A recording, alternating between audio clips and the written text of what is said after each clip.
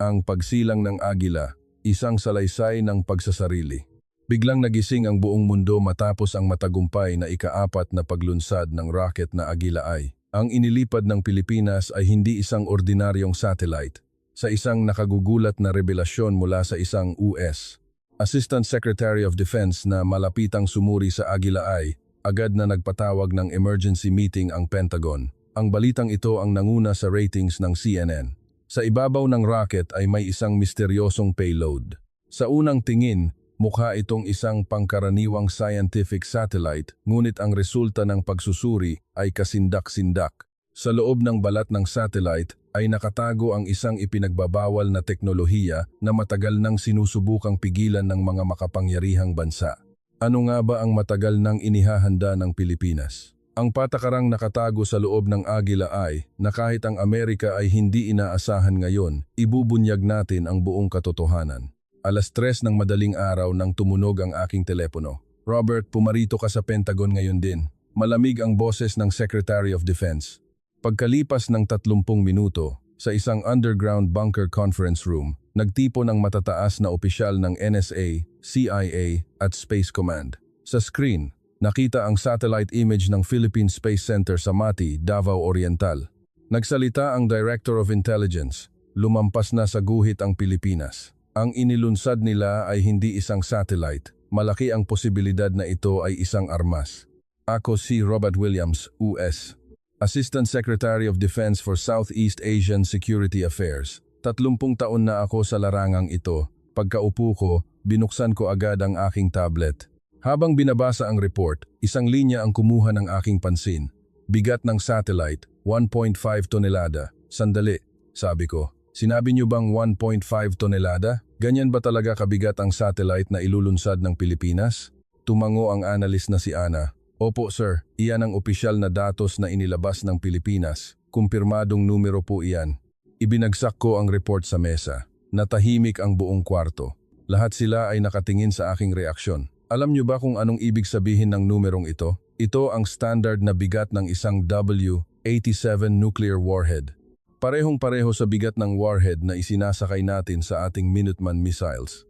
Dahan-dahang sumingit ang CIA Director. Pero Mr. Secretary, ang Pilipinas ay kasapi ng NPT at hindi isang nuclear power. Wala silang nuclear warhead.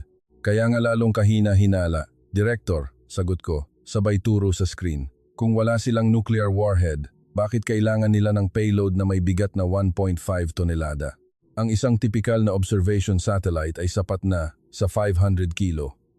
Kahit ang pinakabago nating spy satellite ay nasa 700 kilo lang. Ang pagpilit ng Pilipinas sa bigat na 3 beses niyan ay nangangahulugang may iba silang layunin. Nagpakita ng thermal image si Colonel Miller ng Space Command. Isang mapulang init ang nakapalibot sa launch pad. Ito ang thermal pattern na nakuha ng ating NRO satellite 2 araw na ang nakalipas sa Mati. Ang temperatura ng engine combustion test ay 40% na mas mataas kaysa sa normal na satellite launch at sobra-sobra rin ang isinalin nilang krudo. Sumandal paharap ang sekretary at nagtanong, Colonel Miller, ano ang konklusyon? Magsalita ka ng malinaw. Diretsong sinabi ni Colonel Miller, ang rocket na ito ay hindi para sa low Earth orbit. May kakayahan itong umabot ng hindi bababa sa 12,000 kilometro. Sa madaling salita, dapat nating ituring na mayroon itong kakayahan ng isang intercontinental ballistic missile. Naging yelo ang conference room, walang makapagsalita. Ang Pilipinas, gumagawa ng ICBM, ang ating alyado, ginagawa ito sa ating likuran. Binuklat ng CIA Director ang isang file at nagpaliwanag. Kamakailan, humiling ang gobyerno ng Pilipinas na alisin ang limitasyon sa saklaw ng kanilang mga missile. Mahigpit natin itong tinanggihan. Ang paglunsad na ito ay tila isang paraan para malusutan ang limitasyong iyon. Pinalabas nilang space launch vehicle. Pero kung ibababa lang nila ang anggulo ng 10 degrees, magiging armas na iyon na kayang tumama sa Washington DC. At problema rin ang reaksyon ng Tsina at Russia, dagdag ng NSA Deputy Director.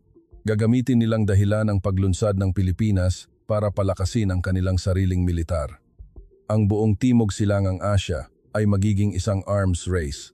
Bumuntong hininga ng malalim ang sekretary, sinira ng mga Pilipinong iyon ang buong laro. Robert, kailangan mong personal na pumunta roon. Inaasahan ko na ito. Ano po ang gusto niyong kumpirmahin ko?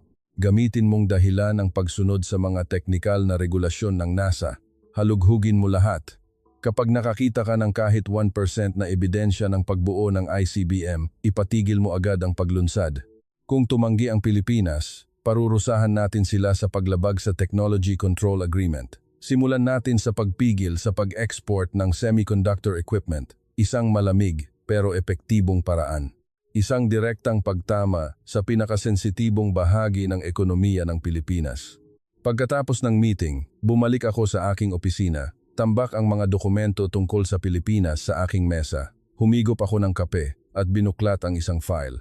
Ang Republika ng Pilipinas, isang bansang tinatawag nating Blood Compact Ally. Pero sa totoo lang, hindi ko sila kailanman itinuring na kapantay na partner. Sila ay isang asset na dapat pamahalaan. Binigyan natin sila ng teknolohiya at sila ay kumikilos ayon sa ating estratehiya, isang extension ng ating base. Hindi ba't dugo natin ang dumanak para ipagtanggol sila noong World War II? Ngayon nangangahas silang kumilos ng walang pahintulot natin. Sa paglilipat ng mga pahina, may isang interesanting bahagi akong nakita. Ang 75-ton class engine technology ng Pilipinas, ang thrust nito ay halos kapareho ng RD-191 engine ng Russia. Ang engine na iyon ay ginagamit sa Angara rocket. At ano ang Angara? Isang rocket na eksklusibo para sa mga ICBM. Ito na. Sabi ko sa sarili habang minamarkahan ang bahaging iyon. Tiningnan ko ang isa pang report, ang solid fuel technology ng Pilipinas. Bigla itong nagpakita ng napakalaking pag-unlad noong nakaraang taon. Ang solid fuel ay mas kapaki-pakinabang sa militar kaysa sa liquid fuel dahil maaari itong ilunsad agad. Maipapaputok mo ito bago pa man matukoy ng kaaway ang senyales ng pag-atake. Binuksan ko ang drawer ng aking mesa. Nandoon ang isang litratong kuha 10 taon na ang nakalipas sa pagbisita ko sa Pilipinas. Ang pinuno ng kanilang space development noon ay nakangiting sinabi sa akin, "Mr. Secretary, balang araw, makakarating din kami sa buwan. Siguradong magtatagumpay kami." Nakangiti akong sumagot, "Siyempre naman, suportado namin kayo sa aming teknolohiya. Sabay tayong aangat." Parang biro lang iyon noon. Ang ideya na ang Pilipinas ay makakapunta sa kalawakan ng mag-isa ay hindi ko maisip. Pero tingnan mo ngayon, nakarating sila rito ng walang tulong natin. O mas tamang sabihin, nakarating sila rito ng palihim. Ibinalik ko ang litrato sa drawer. Pagtingin ko sa orasan, pasado 6:00 na ng umaga. Bukas ng umaga ang lipad ko. Marami pa akong dapat ihanda. Sinuri ko ang listahan ng mga technical advisor. Si Major Miller mula sa Space Command, isang taong metikuloso at sumusunod sa patakaran. Siguradong mahuhuli niya kung may itinatago ang mga Pilipino. Tumunog ang telepono ko, ang secretary. "Robert, kumusta ang paghahanda? Naabisuhan na ang Department of Foreign Affairs ng Pilipinas. Pinalabas nating isang friendly visit para sa technical cooperation." Mapait akong napangiti. "Friendly visit, napakagandang salita. Sige po, Secretary. Aalis ako sa unang flight bukas ng umaga." "Robert, tanda mo." Bumaba ang boses ng Secretary. "Kailangang mapigilan ang paglunsad na ito. Kung magtatagumpay ang Pilipinas, susunod ang Japan, Taiwan at kahit Vietnam. Ang buong Timog Silangang Asya ay magiging hindi na makontrol." "Huwag po kayong mag-alala, Secretary," mariin kong sinabi. "Siguradong mapipigilan ko sila. Ang datos ay hindi nagsisinungaling." Pagdating ko sa Ninoy Aquino International Airport, tanghali na, isang itim na sasakyan mula sa US Embassy ang naghihintay at sumaludo si Major Miller. "Welcome, Assistant Secretary Williams." "Salamat, Major," sabi ko habang kinakamayan siya. "Sino ang sumasalubong mula sa panig ng Pilipinas?" "Si Director Mateo Reyes po mismo. Nandoon siya sa banda roon." Sa isang sulok ng airport lobby, may isang lalaking nakatayo, mga nasa huling bahagi ng kanyang 50. May ilang araw nang hindi ahit na balbas, suot ang isang lumang jacket, ngunit ang kanyang mga mata ay nagniningning. "Ako si Mateo Reyes," sabi niya, "Director General ng Philippine Space Center." Inabot niya ang kanyang kamay. Magaspang iyon, kamay ng isang taong matagal nang nagtatrabaho sa labas. "Robert Williams, salamat sa pagsundo sa akin sa kabila ng layo." Nakangiti kong sinabi, pero sa loob-loob ko, sinimulan ko na siyang obserbahan. Director Reyes, may isang bagay lang akong gustong itanong," sabi ko bago sumakay sa kotse. "Sa paglunsad na ito, pinaalis niyo na ba ang lahat ng Russian technicians?" Kailangan lang naming kumpirmahin kung ito ay purong sariling teknolohiya. Ngumiti si Mateo Reyes, pero ang kanyang mga mata ay hindi. Mr. Secretary, ang mga Russian ay umalis na pagkatapos pa lang ng unang paglunsad. Ngayon, mga sarili na lang naming mga tao ang narito. Huwag kayong mag-alala. Mabuti kung ganoon. Panatag na ako. Sumakay ako sa kotse. Papasok sa Maynila, siksika ng EDSA. Mga gusaling parang gubat na gawa sa semento. Mga usok mula sa pabrika, walang katapusang mga istruktura. Habang pinagmamasdan ang tanawin sa labas, naisip ko, napakasipag na bansa. 70 taon na ang nakalipas, abo at wasak ito. Pero tingnan mo ngayon, semiconductors, shipbuilding, sasakyan, at ngayon pati kalawakan. Isang kahanga-hangang pag-unlad, kinikilala ko. Pero hindi iyon nagbibigay sa kanila ng karapatang maging banta sa atin. Dumating kami sa Department of National Defense, sa Camp Aguinaldo, sa conference room, naghihintay ang mga opisyal ng DND. Binuksan ko ang aking briefcase at dumiretso sa punto. Una sa lahat, nagpapasalamat kami sa inyong kooperasyon. Gayunpaman, alinsunod sa RP-US Space Cooperation Agreement, may ilang bagay kaming kailangang kumpirmahin. Kailangan naming makita ang chemical composition list ng separation charges ng inyong launch vehicle. Sa ilalim ng international law, maaaring maklasify ito bilang military-grade explosive, kaya kailangan ng verification.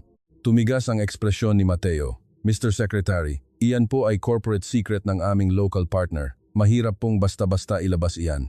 Director Reyes, ibinaba ko ang aking boses. Tingnan niyo ang Article 3, Section 2 ng kasunduan. Anumang launch vehicle na may kahit isang piyesang gawa sa Amerika ay sakop ng technical verification. At nakumpirma ko nang may 17 labing-ipon sensor mula sa amin ang nasa rocket ninyo. Natahimik ang kwarto. Nag-isip sandali si Mateo at tumango. Sige po, ipapakita namin sa inyo sa site. Lumipad na tayo ngayon din papuntang Mati. Sumakay kami ng helicopter papuntang Davao Oriental. Pag-alis namin sa himpapawid ng Maynila, bumungad ang mga bundok at bukirin. Habang nakatingin sa labas, tinanong ko si Major Miller. Major, sa iyong palagay, anong antas na ang teknolohiya ng rocket ng Pilipinas? Sa totoo lang po, nakakagulat Mr. Secretary. Maingat na sagot ni Miller. Ikinumpara ko sa datos ng NASA. Ang kanilang engine efficiency ay katumbas na ng antas natin noong huling bahagi ng 1990s. Mas mabilis silang humabol kaysa sa inaasahan. Kaya nga sila mapanganib, bulong ko. Lumapag ang helicopter sa Philippine Space Center. Sa isang burol na tanaw ang dagat, nakatayo ang isang malaking assembly building. Naunang naglakad si Mateo. Dito po, Mr. Secretary. Pagpasok namin sa loob, napigil ang aking hininga. Nakatindig doon ang 47 metrong taas na Agila E. Sa puting katawan nito, malinaw na nakaguhit ang bandila ng Pilipinas.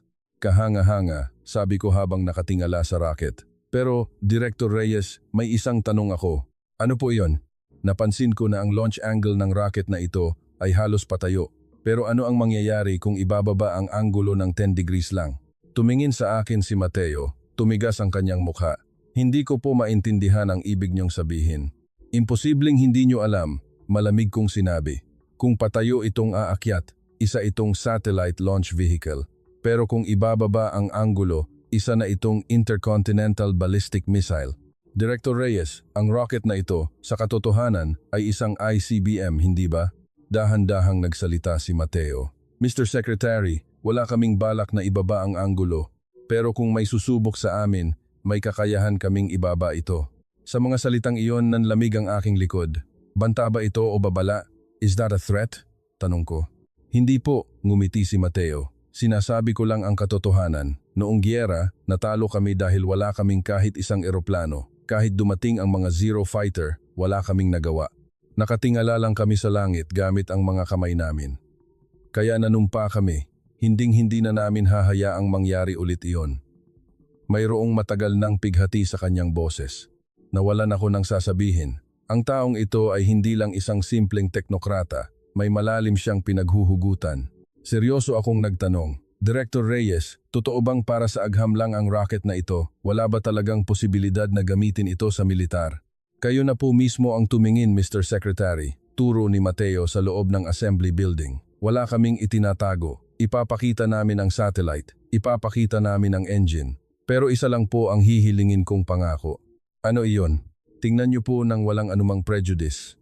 Maniwala po kayo na ang aming layunin sa kalawakan ay tunay na mapayapa. Hindi ako sumagot. Paniniwala? Mas mahalaga ba iyon kaysa sa datos? Ako ay isang taong naniniwala sa numero, hindi sa emosyon. Bukas ng alas 9 ng umaga ang satellite inspection, sabi ni Mateo. Doon niyo na mismo makikita sa clean room. Ngayon, magpahinga muna kayo sa hotel.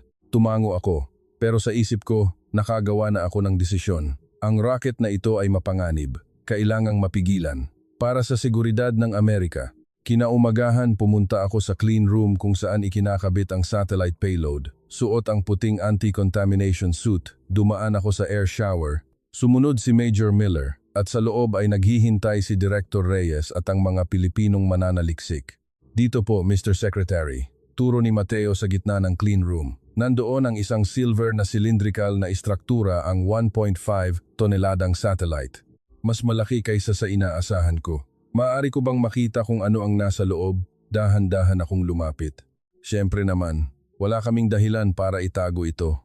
Isang babaeng mananaliksik ang lumapit, mga nasa kalagitnaan ng kanyang 30 seconds. Ako po si Engineer Isabel Garcia, lead researcher para sa satellite systems at payload. Ako po ang nagdisenyo ng satellite na ito mula simula hanggang wakas. May kinalikot siya sa kanyang tablet at dahan-dahang bumukas ang takip ng satellite. Sa loob, siksikan ang maliliit na CubeSats at mga kagamitang pang-eksperimento. Ito lang ba lahat? Mga CubeSats at isang pharmaceutical experiment kit lang ang nakikita ko, kunwari dismayado kong tanong. Opo, may kabuuang 13 CubeSats. Bawat isa ay may iba't ibang misyon mula sa atmospheric observation, pagsukat ng cosmic radiation hanggang sa communication relay experiments. Iba't ibang scientific mission po. Mahinahong paliwanag ni Isabel. Nagkunwari akong nakahinga ng maluwag, pero may mali. 1.5 toneladang payload para lang sa ilang CubeSats. Hindi tugma ang bigat. Sandali, ano itong parang spring na device? Ito ba ang ejector para ilabas ang mga satellite? Tiningnan kong maigi ang loob.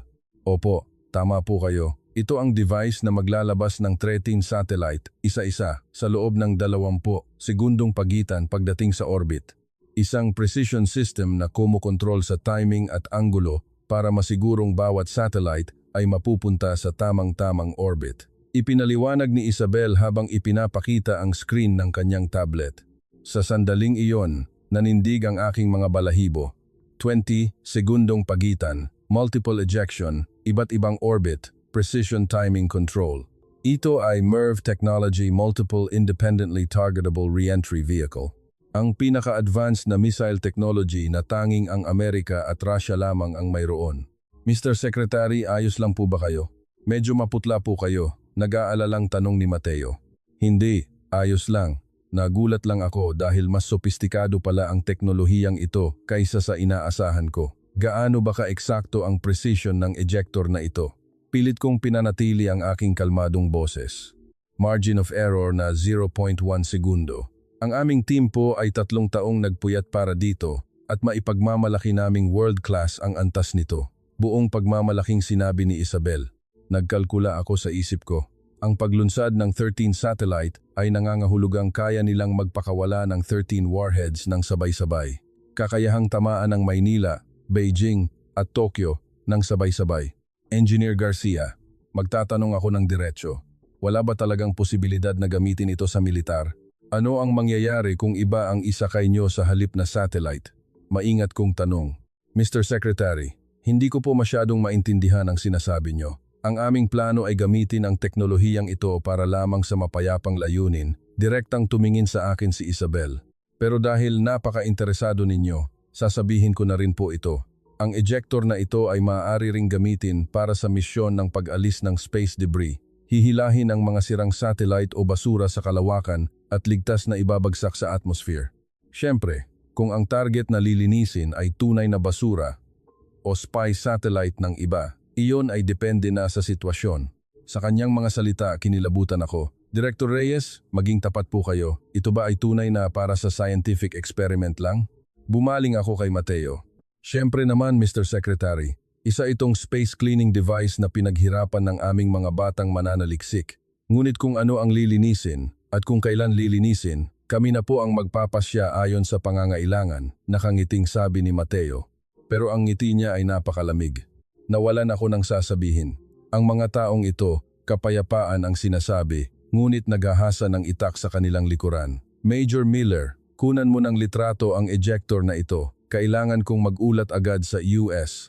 Yes sir. Kinuha ni Miller ang kanyang kamera, ngunit itinaas ni Isabel ang kanyang kamay. Paumanhin po, pero bawal po ang pagkuha ng litrato sa loob ng clean room. Ito po ay aming security protocol. Ano? Sa ilalim ng RPUS agreement, pinapayagan ang pagkuha ng litrato para sa technical verification. Huwag kang humarang, itinaas ko ang aking boses. Mr. Secretary, mas mabuti pong basahin ninyong muli nang maigi ang kasunduan. Ang probisyon sa pagkuha ng litrato ay para lamang sa mga piyesang gawa sa Amerika. Ang ejector na ito ay purong gawa sa aming sariling teknolohiya, kaya ito ay aming pag-aari, sumingit si Mateo. Kinagat ko ang aking labi, ang mga taong ito, handang-handa, kahit sa legal na aspeto, walang butas. Kung ganoon, kahit man lang ang technical design schematics, ipakita nyo sa amin. Iyan man lang ay dapat ninyong pagbigyan. Muli kong hiling. Mas lalong imposible iyan, Mr. Secretary. Ito ay isang core technology na ginastusan ng bilyon-bilyon at malinaw na corporate secret, mariing tanggi ni Isabel. Director Reyes, ngayon ako naman ang magiging tapat. Tiningnan ko si Mateo ng diretso. Ang teknolohiyang ito ay napakapanganib. Halos pareho ito ng istruktura ng MIRV technology at napakataas ng posibilidad na magamit ito sa militar. Hindi maaaring aprubahan ng gobyerno ng Amerika ang isang mapanganib na paglunsad na tulad nito. Mr. Secretary, may isang bagay tayong dapat linawin. Lumapit si Mateo. Hindi namin kailangan ng approval ng gobyerno ng Amerika. Ito ay aming rocket na binuo gamit ang aming teknolohiya sa aming lupa at pinondohan ng buwis ng aming mamamayan. Wala kayong karapatan na pigilan ito sa simula pa lang. Walang karapatan? Nakalimutan niyo na ba ang pagkakaibigan ng Pilipinas at Amerika? Hindi niyo ba alam na ang Amerika ang nangangalaga sa seguridad ng bansang ito? Napatawa ako ng mapakla. Ang seguridad ay mahalaga at ang space development ay mahalaga rin. Ang dalawang ito ay magkaibang usapin. Hindi na kami isang bansa na kailangang humingi ng pahintulot sa iba. Sumunod si Mateo. Mr. Secretary, bukas po ang final rollout inspection. 3 araw bago ang paglunsad. Kung babalik po kayo, maaari ninyong suriin mismo ang lahat ng sistema. Sige, babalik ako bukas. Tumango ako. Sa pagbalik sa hotel, naisip ko, bukas ang magiging mapagpasyang araw. Kailangan kong makahanap ng matibay na ebidensya para tuluyan kong mapigilan ang paglunsad na ito. Kinagabihan, nagpuyat ako sa paggawa ng report. Pakiramdam ko, bukas na ang huling pagkakataon ko. D3, 3 araw bago ang paglunsad. Pumunta ako sa launchpad. Nakatindig doon ang 47, Metrong Aguila E. Abala ang mga Pilipinong inhinyero sa huling pagsusuri. Dito po, Mr. Secretary, turo ni Mateo sa control tower. Dito nyo masusubaybayan ang lahat. Pagpasok sa control room, bumungad ang napakaraming monitor. Real-time na nag-update ang data mula sa mga sensor, fuel injection status at lagay ng panahon. Medyo hindi maganda ang panahon, sabi ni Major Miller habang tinitingnan ang weather radar. May paparating na low pressure area, mukhang uulan bukas. Ayos lang po iyan. Ang aming rocket ay idinisenyo para kayanin kahit masamang panahon, may kumpiyansang sinabi ng isang mananaliksik. Pero bago pa matapos ang kanyang salita, nagsimulang dumilim ang kalangitan. Nagtipon ang makakapal na ulap at maya-maya'y nagsimulang pumatak ang ulan. Simula ng rollout inspection, utos ni Mateo. Final check sa lahat ng sistema. Tumakbo ang mga inhinyero sa gitna ng ulan. Sumilip ako sa bintana. Pabilis ng pabilis ang buhos ng ulan. Sensor anomaly detected, biglang sigaw ng isang inhinyero. May babala ng pressure drop sa liquid oxidizer tank. Napuno ng tensyon ang control room. Tumakbo si Mateo para tingnan ang monitor. Gaano kalaki ang ibinaba ng pressure? 3% mas mababa kumpara sa normal, posibleng may micro-leak. Ipadala agad ang external inspection team. Unahing tingnan ang valve connection. Kalmado ang boses ni Mateo, pero bakas ang pag-aalala sa kanyang mukha.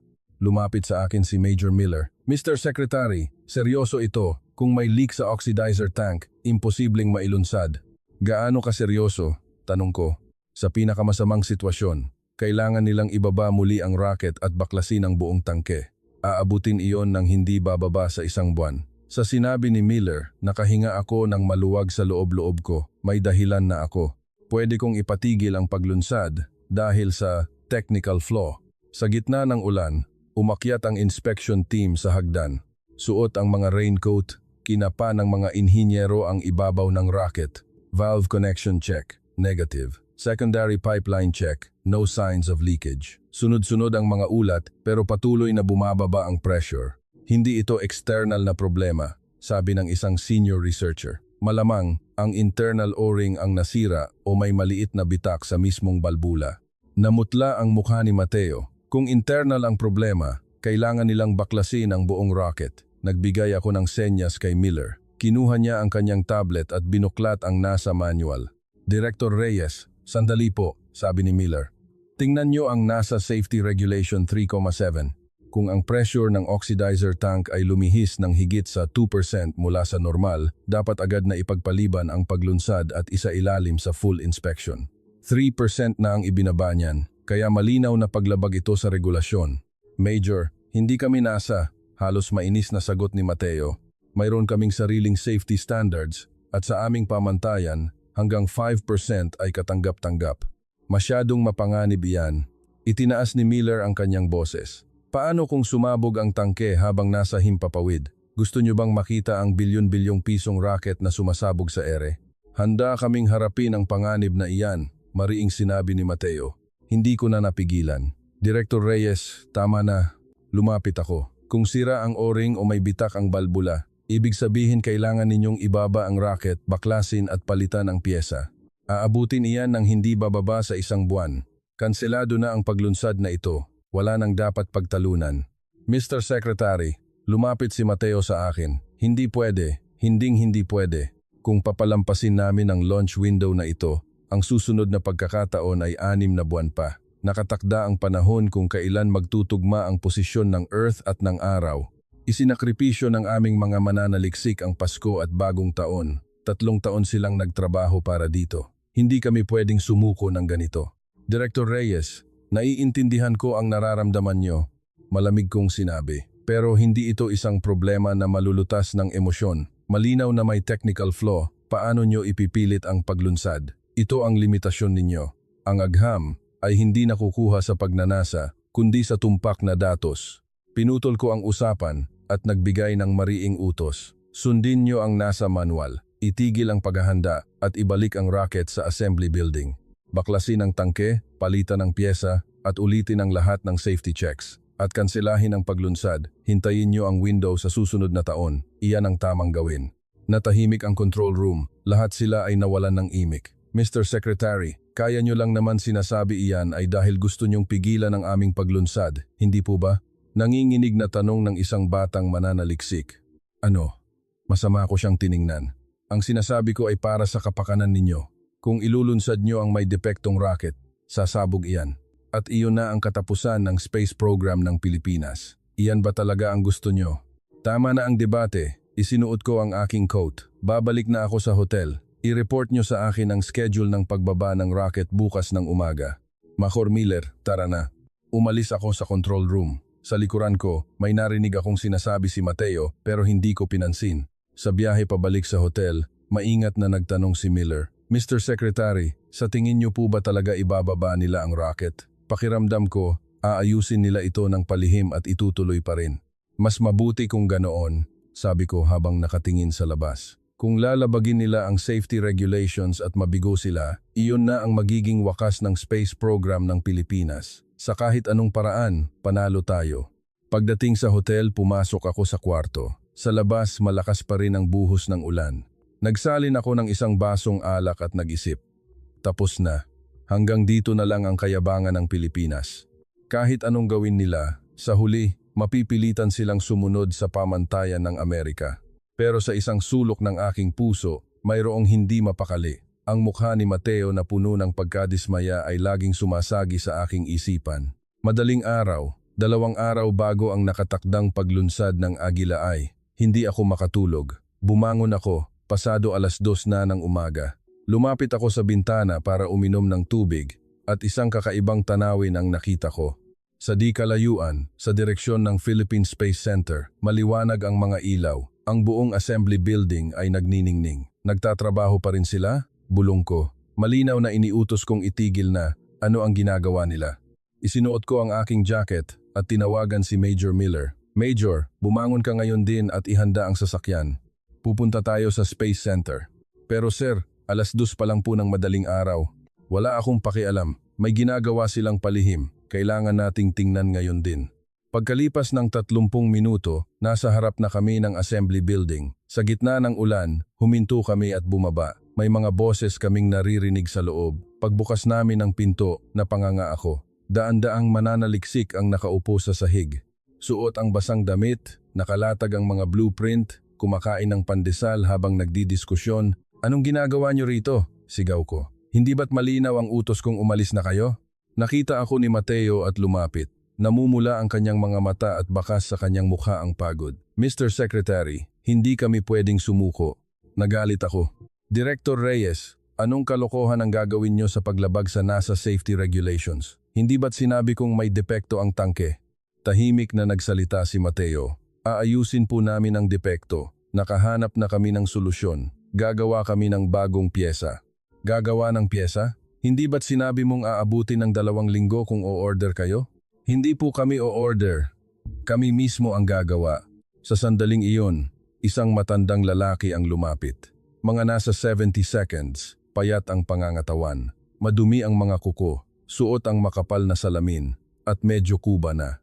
Nagsalita ang matanda. Ako ang gagawa. Ang mga Amerikano, gumagamit ng makina. Tayo, kamay ang gamit. Inukit ng may puso. Siya po si Mang Lando, ipinakilala ni Mateo.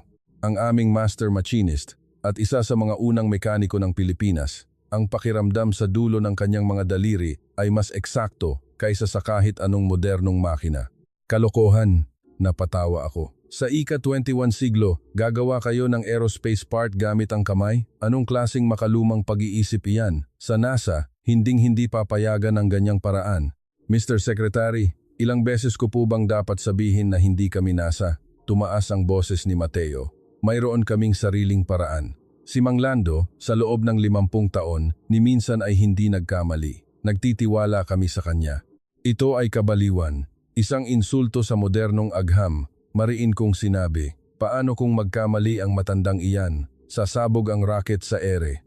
Kung ganoon, buhay ko ang kapalit, sabi ni Mateo. Pero ngayon, magtiwala tayo kay Mang Lando at maghintay. Bukas ng umaga, malalaman natin ang resulta. Wala na akong masabi. Isinama ko si Miller palabas. Mga baliw sila. Makatwiran ba iyon? Galit kong sabi. Sumasang-ayon po ako, sir. Ang paggawa ng precision part gamit ang kamay ay imposible sa engineering, umiling si Miller. Pero naging mausisa ako. Magagawa kaya talaga ng matandang iyon o masasaksihan ko ang isang malagim na kabiguan kinaumagahan? Huwag na tayong bumalik sa hotel. Manatili tayo rito at magbantay. Kailangan nating makita mismo ang kanilang pagkabigo. Pumuwesto kami sa isang sulok ng control room. Tanaw mula sa bintana ang assembly building. Lumipas ang ilang oras. Tanging tunog ng ulan ang naririnig. Antok na ako pero pilit kong iminulat ang aking mga mata. Mga 4:00 ng madaling araw, tumayo ako para magbanyo. Habang naglalakad sa pasilyo, sumilip ako sa bintana na nakaharap sa assembly building at nasaksihan ko ang isang di kapanipaniwalang tanawin. Sa harap ng isang lumang lathe machine, nakaupo si Mang Lando. Nanginginig ang makina at ang kanyang mga kamay ay halos hindi gumagalaw. Napakapino. Kinikinis niya ang balbula sa sukat na 0.001 mm. Sa tabi niya, isang batang inhinyero ang nag-iilaw gamit ang flashlight. Si Mang Lando ay halos hindi humihinga, lubos na nakatuon. Napatanga ako habang pinapanood siya. 1 oras, 2 oras, 3 oras ang lumipas. Hindi tumayo si Mang Lando, hindi man lang nagbanyo. Mga 6:00 ng umaga, tumulo ang dugo mula sa ilong ni Mang Lando dahil sa sobrang pagod. Inabutan siya ng tissue ng batang inhinyero, pero umiling lang siya. Tuloy lang, hindi pwedeng huminto. Kapag nanlamig ang kamay ko, kailangan kong ulitin mula sa simula. Narinig ko ang kanyang boses. Nanikip ang dibdib ko. Bakit niya ginagawa ito? Para saan? Isang inhinyero ang lumuhod sa tabi niya. Lando, magpahinga na po muna kayo. Ako na po ang papalit. Umiling si Mang Lando. Hindi pwede. Bata pa ang kamay mo. Kailangan dito ng 50 taong karanasan. Huminto siya sandali. At saka, kung hindi natin ito mapapalipad, pagdating ko sa langit, wala akong mukhang ihaharap sa mga ninuno ko. Alam mo ba kung gaano tayo nagdusa noong panahon ng hapon dahil wala tayong eroplano? Kailangan nating magtagumpay ngayon para ang henerasyon ng mga apo natin, mabuhay sila ng may dignidad. Sa mga salitang iyon, nakaramdam ako ng kuryente sa buong katawan ko. Ang taong ito hindi nagtatrabaho para sa sahod. Ginagawa niya ito para sa dangal ng kanyang bansa, para sa kinabukasan ng susunod na henerasyon, nakataya ang kanyang buhay. Naalala ko ang nakaraan, 1970, ang krisis ng Apollo 13, ang mga inhinyero ng NASA na magdamag na gumawa ng carbon dioxide filter gamit ang duct tape at plastic bag. Ang desperadong laban na iyon para gawing posible ang imposible. Ngayon, sa harap ko, parehong-pareho ang nangyayari. Sa isang lumang pagawaan sa Pilipinas, isang 70 anyos na matanda ang lumilikha ng himala gamit ang kanyang mga kamay. Lumapit si Miller. Sir, hindi po ito kapani-paniwala. Wala po ito sa kahit anong textbook. Alam ko, bulong ko, pero iyan ang Pilipinas. Mga taong hindi nakakakilala ng salitang imposible. Umaga, isang araw bago ang paglunsad, magdamag kong binantayan ang assembly building at nakatulog sa upuan. Pagmulat ko, sikat ng araw ang sumalubong sa akin. Sir, gumising po kayo? May nangyaring hindi kapani-paniwala. Ginising ako ni Major Miller. Anong nangyari? Nagising ako at tumingin sa labas. Ang magdamag na ulan ay tumila na at ang langit ay napakalinaw. At sa launchpad, muling nakatindig ang Agila E. Paano nangyari iyan? Hindi ako makapaniwala. Tapos na po ang pagpapalit ng piyesa. Natapos ang trabaho alas 5 ng umaga at kakatapos lang ng final test ngayon. Ipinakita ni Miller ang kanyang tablet. Tingnan niyo po ang pressure reading. Perpektong normal. Sinuri ko ang monitor. Ang pressure ng oxidizer tank ay bumalik sa normal range. Margin of error na 0.2%. Imposible ito, bulong ko. Nagawa po ni Mang Lando, sabi ni Mateo mula sa likuran ko. 48 oras siyang hindi natulog para gawin ang piyesa at 30 minuto na ang nakalipas mula nang ikabit ito. Nawalan ako ng sasabihin. Nagawa niya talaga? Isang 70 anyos na matanda gumawa ng aerospace part gamit ang kamay. Gusto niyo po bang makita? Tanong ni Mateo. Tumango ako at pumunta sa assembly building. Pagbukas ng pinto, nakita ko si Mang Lando, bagsak sa sahig at natutulog. Kinumutan siya ng mga batang inhinyero. Tiningnan ko ang kanyang workstation. Nandoon ang isang makintab na balbula. Perpektong kinis. Tumpak ang mga sinulid. Walang kahit 0.001 mm na pagkakamali. Gawa ba talaga ito sa kamay? Nanginginig kong kinuha ang piyesa. Opo, sagot ng isang inhinyero. Si Tailando po ang gumawa niyan magdamag. Kami po, taga-ilaw lang. Pinagmasdan kong maigi ang piyesa. Perpekto ito. Hindi mo maiiba sa gawa ng NASA. Ito ay mahika, bulong ni Miller. Hindi maipaliwanag ng pisika. Hindi ito mahika, Major, sabi ni Mateo. Ito ay himala na nilikha ng 50 taong karanasan at pagmamahal sa bayan. Hindi ako makapagsalita. Ang lahat ng pinaniniwalaan ko agham, datos, mga manual ay gumuho sa harap ng matandang Pilipinong ito. Bumalik kami sa control room. Lahat ng monitor ay nagpapakita ng berdeng ilaw. System normal, fuel injection complete, weather good. Bukas ng alas 10 ng umaga ang paglunsad. Handa na ang lahat, deklara ni Mateo. Sa sandaling iyon, tumunog ang telepono ko, ang US Secretary of Defense. Bumuntong hininga ako at sinagot. Robert, anong sitwasyon? Tumingin ako sa Agila E sa labas. Secretary, natapos na ng Pilipinas ang pagkumpuni. Ilulunsad nila bukas.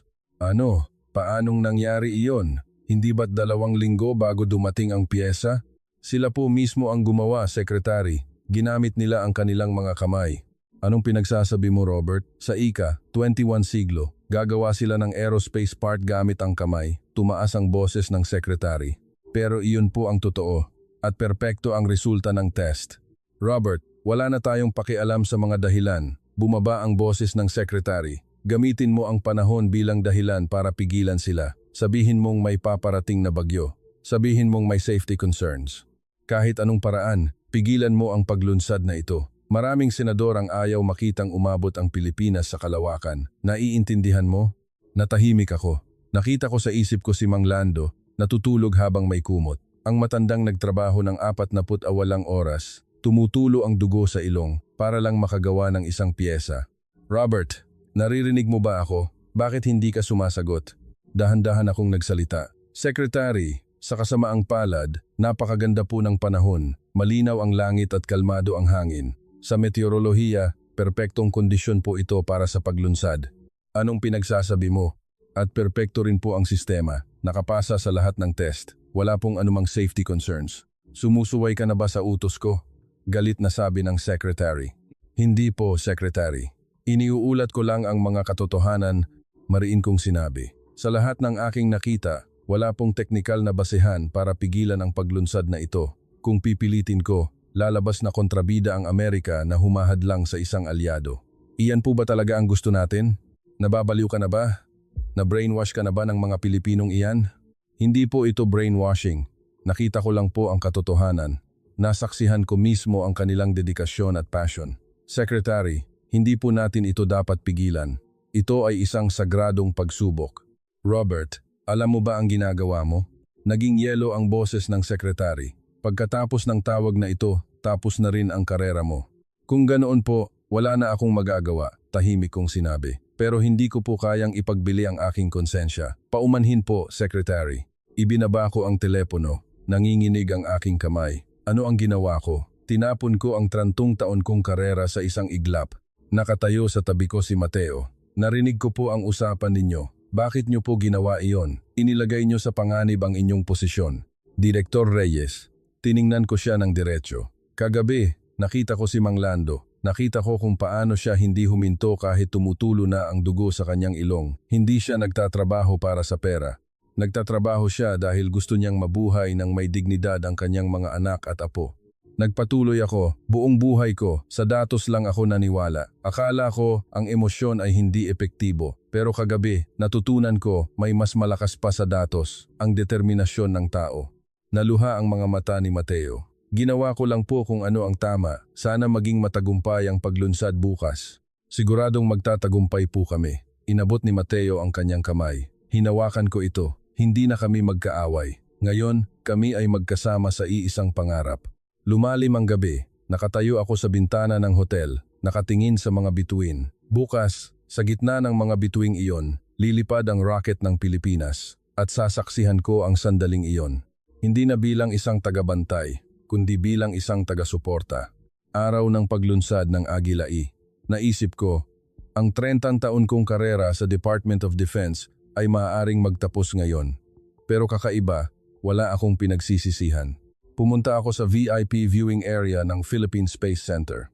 Nandoon ang matataas na opisyal ng gobyerno ng Pilipinas, media at mga diplomat. Mr. Secretary, dito po kayo. Naghanda po kami ng espesyal na upuan para sa inyo. Pinakamagandang pwesto para makita ang launch pad sa lubong ni Mateo.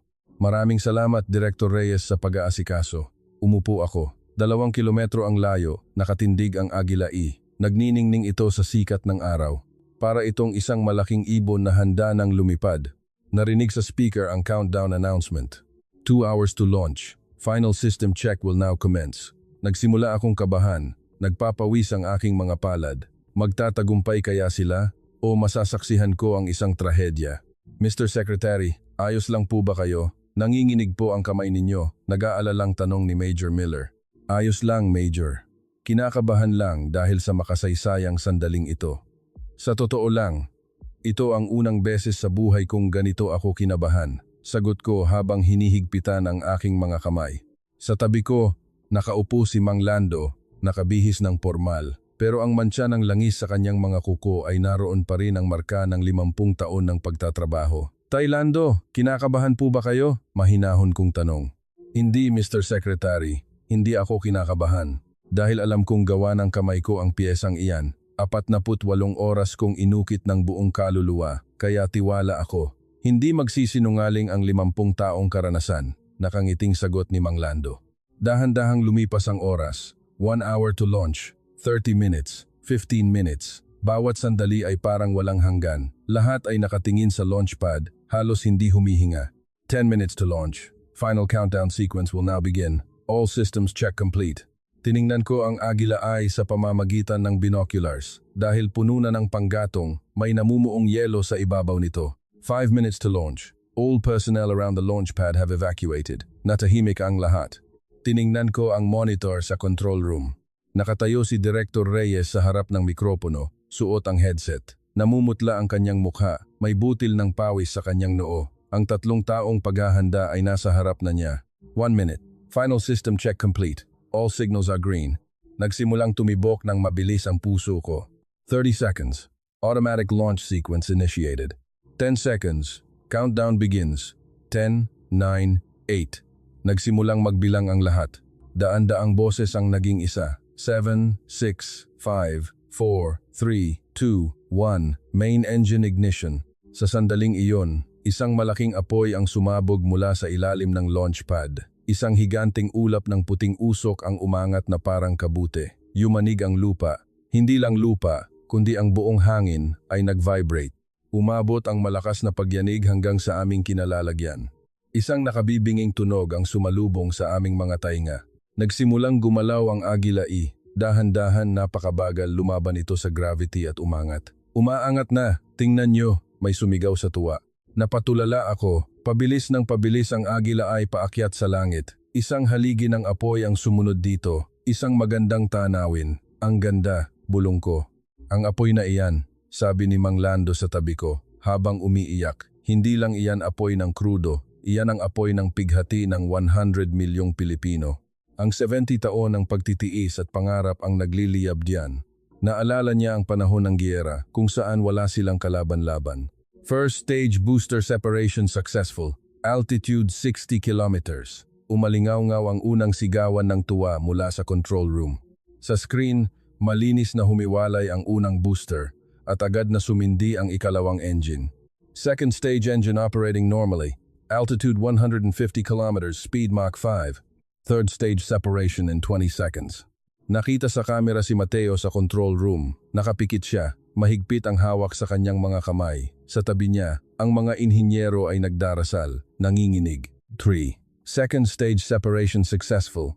Third stage ignition complete. All systems nominal. Altitude 500 kilometers. Entering target orbit.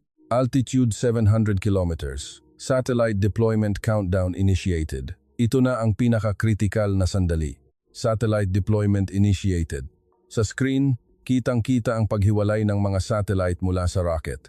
Ang 13 CubeSats, isa-isang inilabas sa loob ng 20 segundong pagitan tulad ng plano para itong isang bulaklak na dahan-dahang nagbubukas. Satellite 1 deployed, Satellite 2 deployed, 3, 4, 5, all nominal. Satellite 13 deployed. All satellites have entered their proper orbits. Launch is a complete success. The Republic of the Philippines Agila I 4th launch is a complete success. Sa sandaling iyon, sumabog ang control room. Hindi sa sigawan, kundi sa iyakan. Naging dagat ng luha. Napaluhod si Mateo sa sahig. Nanginginig ang mga balikat habang humahagulgol. Ang mga inhinyero sa tabi niya ay nagyayakapan at umiiyak. Si Engineer Isabel Garcia, nakasubsob sa kanyang mesa. Ganoon din sa viewing area. Nakayuko si Mang Lando. Humahagulgol, ang luha ng 70 taong paghihintay. Narinig ang nanginginig na boses ni Mateo sa speaker. Itay, nakikita niyo po ba mula sa langit? Nagawa po natin. Ngayon, sa sarili nating lakas, sa sarili nating teknolohiya, binubuksan natin ang kalawakan. Hindi na tayo titingin sa iba. Parang gumuho ang puso ko. Nanikip ang lalamunan ko. Sa aking mga mata, may mainit na luha na ring namumuo.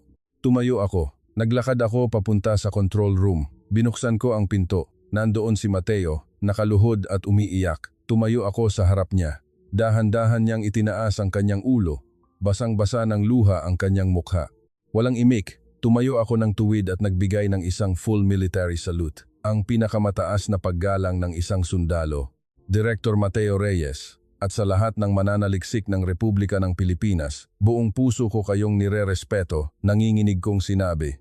Tumayo si Mateo at hinawakan ang aking kamay. Hindi lang isang kamayan, kundi mahigpit na pagkakahawak. Mr. Secretary, maraming salamat po sa pagtitiwala sa amin. Ako ang dapat magpasalamat, Director Reyes.